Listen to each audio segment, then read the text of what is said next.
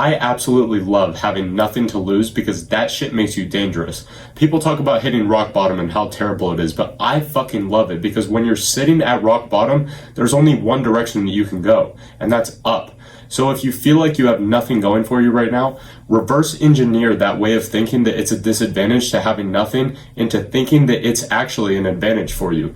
And you're probably like, it's easy for you to say you have all these things going for you right now. You're in great shape. You're in a position where you sit and talk in front of a camera every day and all this shit. And yeah, you're right. But what you didn't see was the years I spent being a skinny, fat drug addict. What you didn't see was the multiple years it took me to grow big enough balls to turn this fucking camera on and start talking into it for the first time and how nervous I was doing it.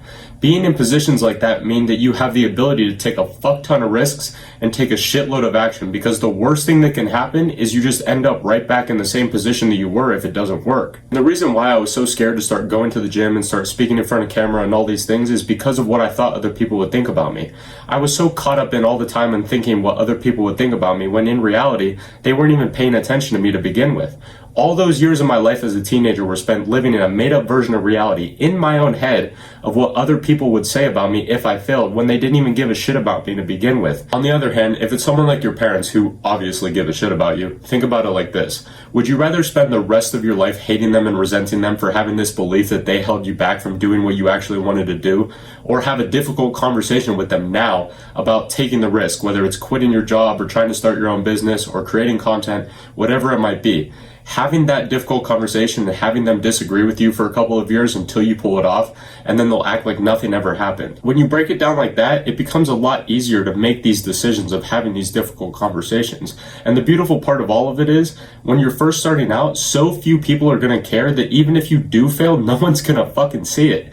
So if you fail on an exercise in the gym when you're first starting out, no one's going to care. And the ones that do care will more than likely be more experienced than you, and they're probably going to be willing to help you out and give you tips on how to improve. If you're creating content and you think that you suck being in front of camera, you're not getting any views anyway. So even if you do suck, all the videos in the beginning are just practice anyway. And when you're first starting out with anything, try and track whatever you're doing as much as possible, because the more that you can track, the more ways that you can find little wins that'll give you that feeling that what you're doing is working, which will give you the motivation to keep going. For example, if you're doing 30 minutes of cardio every day to try to lose weight, think 30 minutes is just 5 minutes split up into 6 different rounds, or 10 minutes split up into 3 different rounds. If you're creating content, go on YouTube Studio and look at all the different things that you can track. You might not be getting a bunch of views, likes, and comments, but hey, you might have 20,000 impressions over the last month. And if you were speaking in a room of 20,000 people, that would be fucking amazing, right?